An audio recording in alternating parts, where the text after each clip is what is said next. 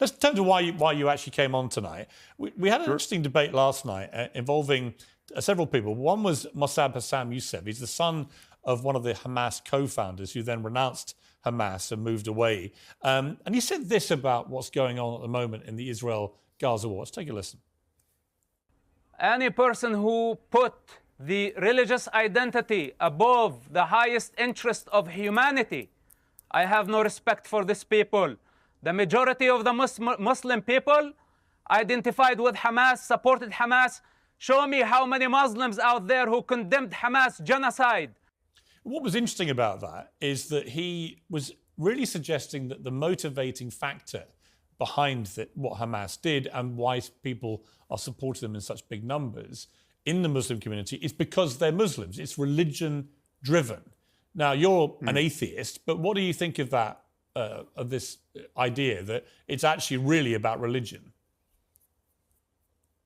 Well, I'm going to agree with him. I think it's interesting to note that many of your listeners will doubt my ability to make the statements of a sort I'm now going to make, but they can't doubt that of him, right? I mean, he obviously knows whereof he speaks, right? You can't play the identity politics game with him and say that, you know, he doesn't understand the culture, he's the wrong skin color, he doesn't speak the language, et cetera, et cetera. So let's let's flag that particular qualm with what I'm going to say.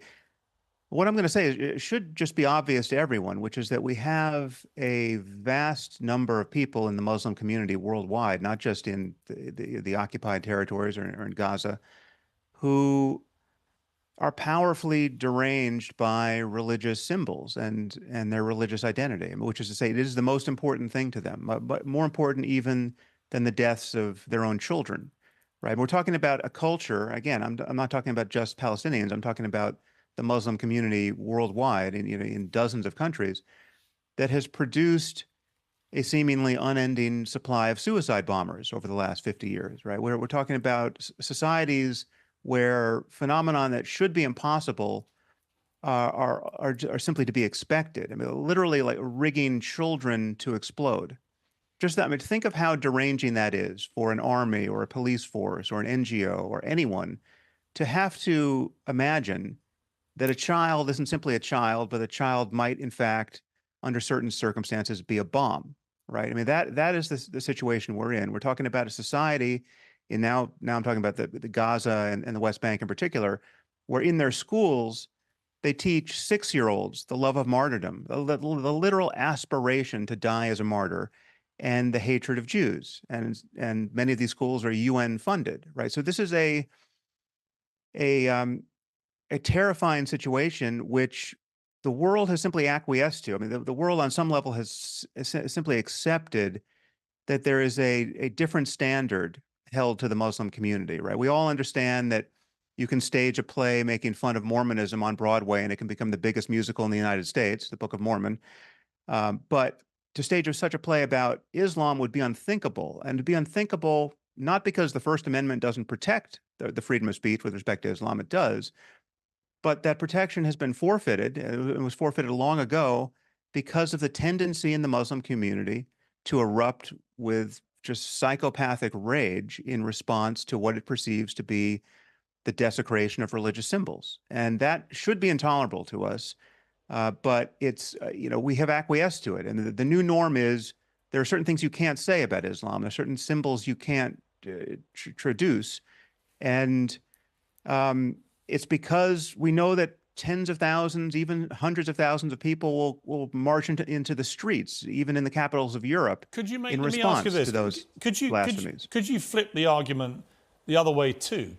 Some people would say that the scale, the disproportionate, as many see it, scale of Israel's response is motivated in some part, again, by a religious motivation, that some of the more hardline, ultra-religious members of Netanyahu's cabinet really do want to have some kind of genocidal war with the Muslim Palestinians. I mean, does it work both ways?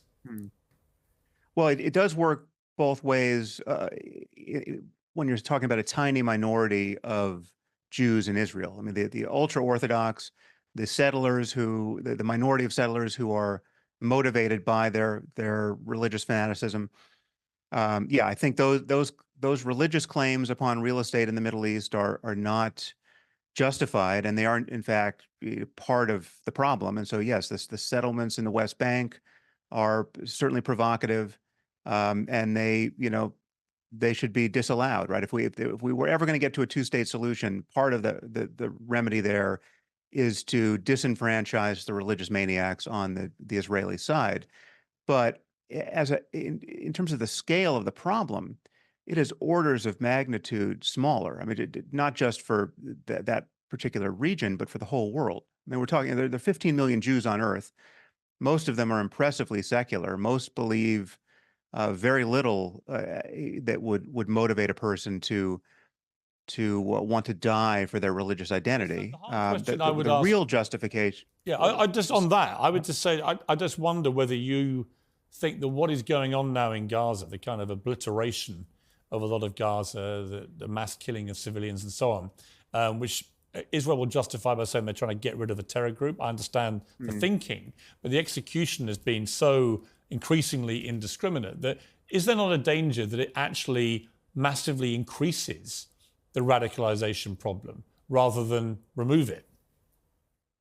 Well, there's two pieces to that answer. One is that the real problem of radicalization, I would say, is not connected in any kind of rational way to real world grievances, right? I mean, so the real problem of radicalization is the level of ideas, right? Ideas around martyrdom and jihad that easily cross borders, and as we saw with the Islamic State, can easily win recruits from 100 countries. I mean, so you literally have people who have no discernible grievance against anyone. I mean, you have somebody dropping out of medical school in London going to fight with the Islamic State purely on the power of certain ideas, right?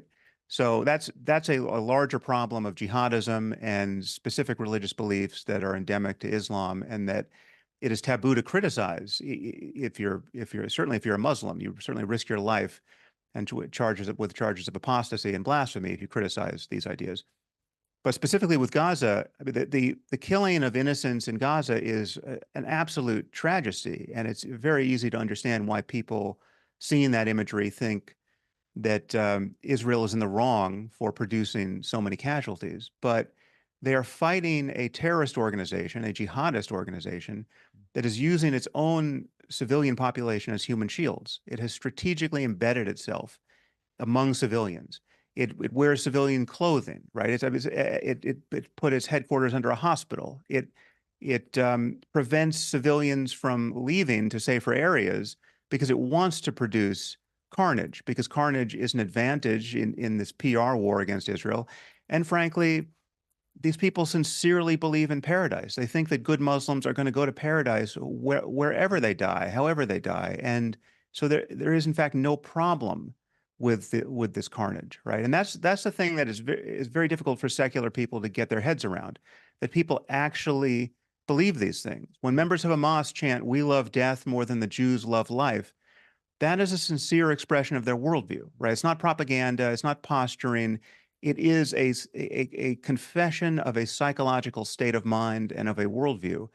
And we doubt that at our peril, right? I mean, this is the issue. We're dealing with a suicidal death cult that doesn't care about its own civilian casualties. In fact, its own civilian casualties are an additional advantage for it.